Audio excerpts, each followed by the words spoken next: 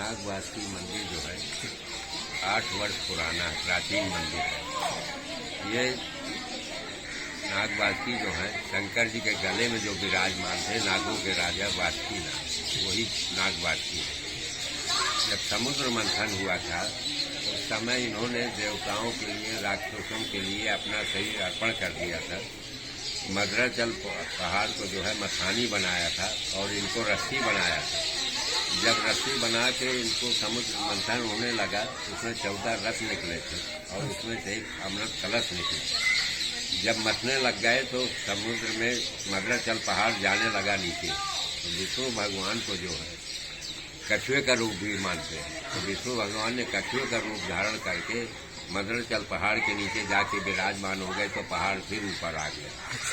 जब अमृत कलश निकला तो विष्णु भगवान ने मोहिनी का रूप धारण किया। उस अमृत कलश में 2 भाग थे, एक तरफ मदिरा था, एक तरफ अमृत। देवताओं को अमृत पिला रहे थे, राक्षसों को मदिरा।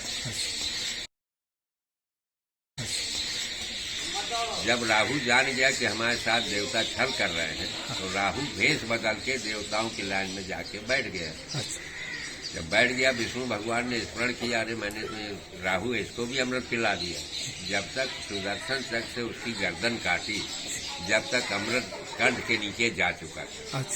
तो गर्दन तो कट गई, 2 भाग हो गए। तो ऊपर का भाग राहु हो गया, नीचे का भाग केतु हो गया। एक ही राक्षस था पर गर्दन कटने के बाद 2 नाम हो गए, ऊपर राहु नीचे केतु। तो सांप ऐसे ही जाता हो, अगर आप पूंछ पकड़ के कस के हिला के फेंक देंगे तो वो चलने में असमर्थ हो जाता है। तो वासुकी जी को तो रस्सी की तरह बटा था, तो बिल्कुल असत हो गए, सब नसें टूट चुकी थी। तो उन्होंने भगवान से कहा कि मुझे कोई ऐसा स्थान दीजिए ताकि कुछ दिन मैं और सेवा कर सकूं। तो ये जो दारागंज का मंदिर के सामने गंगा किनारा है, ये पंचकोशी में है। अगर आप किसी पर्व में संगम नहीं पहुंच पाते, अगर यहाँ सामने स्नान करेंगे और दर्शन करेंगे तो वही फल प्राप्त होगा जो संगम में होता है। तो पहला यज्ञ ब्रह्मा जी ने दशाश्वमेध घाट दारागंज में किया था। तो सब देवता एकत्रित हुए। पद्म पुराण में इसका वर्णन है। जब यज्ञ के बाद सब जाने लग गए तो ब्रह्मा जी ने वहाँ एक शंकर जी का मंदिर स्थापित किया है दशाश्वमेध घाट में, जिसका एंगल काशी विश्वनाथ और दशाश्वमेध घाट के शंकर जी बिल्कुल आमने सामने है। जरा भी इधर उधर नहीं है, एक एंगल में है। तो जब सब देवता जाने लग गए यज्ञ के बाद तो ब्रह्मा जी ने कहा वासुकी जी आप कहाँ जा रहे हैं? तो वासुकी जी को यहीं रोक लिया। तो ब्रह्मा जी के मानस पुत्रों द्वारा ये मूर्ति स्थापित हुई। 8000 वर्ष पुरानी है। तो यहाँ स्थापित किया तो बोले जानेंगे कैसे लोग मुझे? तो कहा यहाँ काल सर्प राहु केतु की आप निवारण करिएगा तो आपका नाम विख्यात होगा, आपको सब लोग जानेंगे। तो यहाँ पर जो है विश्व में एक ही मात्र स्थान है नागवासुकी। यहाँ काल सर्प योग राहु केतु का निवारण होता है।